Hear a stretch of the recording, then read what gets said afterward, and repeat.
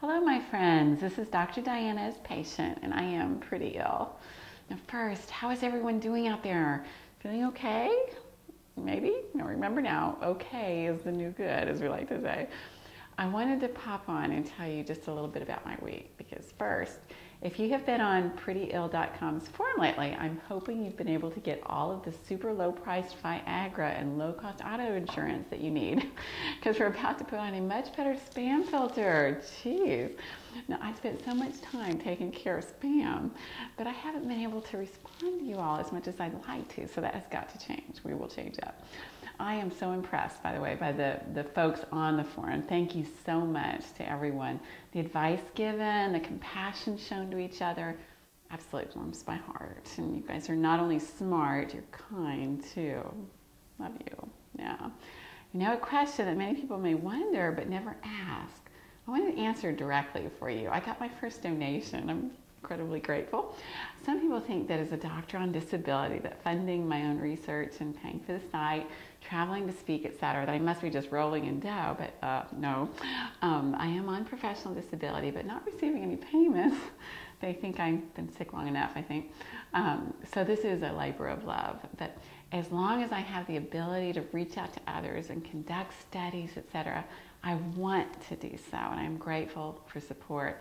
I know that most of us are dealing with ridiculous medical bills and disability, etc., so I don't emphasize donations. I'm hoping a large health group of some sort will step forward and say, wow, look at all that's getting accomplished here. You know, let's donate a huge chunk of change for the cause, and I think that'd be marvelous. But frankly, this site is not totally altruistic, guys. I'm not that nice. I learned a great deal from you also. And with my kids affected, much of the efforts I throw into this is for the children collectively. No child should have to go through this journey, but if forced to, they need support, treatments that work, and doctors who are actively involved in getting answers. Wouldn't you agree? They do not need to go through that sense of helplessness and hopelessness that so many of us have gone through and sometimes continue to go through. Now, my goal is to accomplish as much as possible in whatever time I have left. I am no spring chicken, guys. I turned 54 just a couple months ago. So I'm working as fast as I can, but this is not a hobby, it's not for fun, and it's not to get rich, okay? It is for you, it's for me, and it's for our children. I hope that when I'm gone, EDS, MS, and other chronic illnesses are basically nothing more than a nuisance. That's my goal. Now, my week, first, anyone who is on Xanax, which is a godsend for hyperadrenergic POTS, don't ever miss a dose. I went to bed last night and forgot to take it. This has happened twice in my POTSy life, both times when I was traveling, and it was horrible. Now, interestingly though, I was having mast cell flushing continuously from 3 a.m. on. I didn't think Xanax was directly affecting the degranulation of mast cells, but it is, my friends. I plan to become a mast cell expert here soon. Now, speaking of mast cells, my mom had a reaction to high blood pressure medication this week and developed angioedema in a big way. This is like anaphylaxis from Hades, if you will. She puffed up like a balloon, and they were not able to even intubate her through her mouth because it was swollen shut. They were barely able to cram a tube up her nose and into her lungs before that sealed shut, and it wasn't pretty because, as you know, we don't take anesthesia very well, so she did it basically non-sedated. She is recovering though, yay.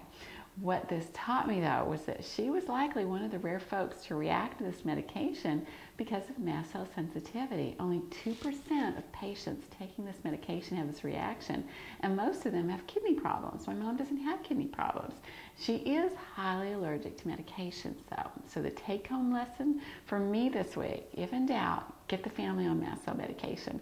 Don't wait for anaphylaxis, okay? Now, at the ICU, they were crushing Zantac and Zyrtec and putting it into her NG tube. She received excellent care. So it's EpiPens all around, Zantac and Zyrtec for everyone, and I'll talk to her doctor about sodium cromolyn. I kind of hate to put her through a bone marrow biopsy if we don't need to. We'll try to take some of those needles for her. So the good news is that this provides more credibility to the mast cell theory in our household and with my mom. The bad news, this provides more credibility to the mast cell theory in our household and with my mom. I wanted to tell you something funny before I close. You see, my mom is a fireball in a tiny package. When she started to react, she took some Benadryl, really smart, and then she took a shower before she called 911. Yikes. Frankly, I was surprised she didn't mow the lawn first. You see, the house was all tidy, the AC was turned off. She just kills me. As a neighbor said, she is hardcore, man. I love it. When she had her breathing tube and NG tube removed and had to try to breathe on her own, it wasn't going so well for a while. She said she was ready to just hang it up. Her vitals were all over the map. Of course, I told her that she's already made it through the worst part. There's no time to give up. Then she asked me if she was going to die. Now, we've all been there. If we suffered dysautonomia, you don't think you can make it through and nothing is working, right? She couldn't breathe. And I told her she was not going to die. I understand that she really shouldn't have even been trying to talk. The tubes had just come out. Her heart was going nuts. But when she motioned for me to get very close because she had something to say, I was there, my ear right next to her mouth. And as if we were in a movie, I was kind of expecting to hear the final dramatic words, sort of line, something like, "You were always my favorite daughter," But my mom, who just said she was ready to die, said, "I planted 2 cantaloupe seeds and 2 acorn squash seeds in pots this week." Well, okay. I will be sure to take good care of them and water them religiously, I said. As a dear friend of mine said, life is really simple. Sometimes we make it too hard. Now, true.